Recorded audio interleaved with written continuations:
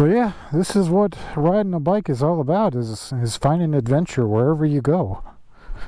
You don't have to have any specific destination.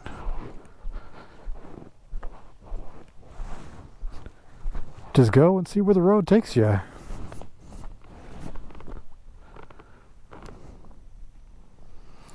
And tonight it took me to a nice, calm lake.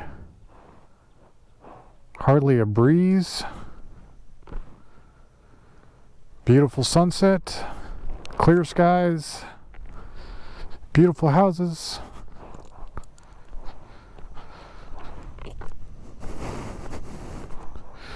And of course, a beautiful Honda Rebel 500.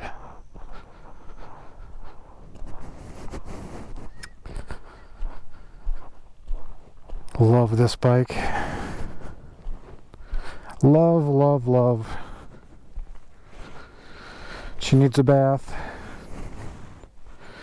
She needs an oil change.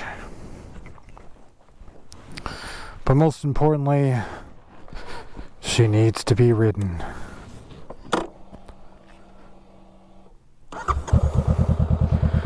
So, let's do what she likes to do.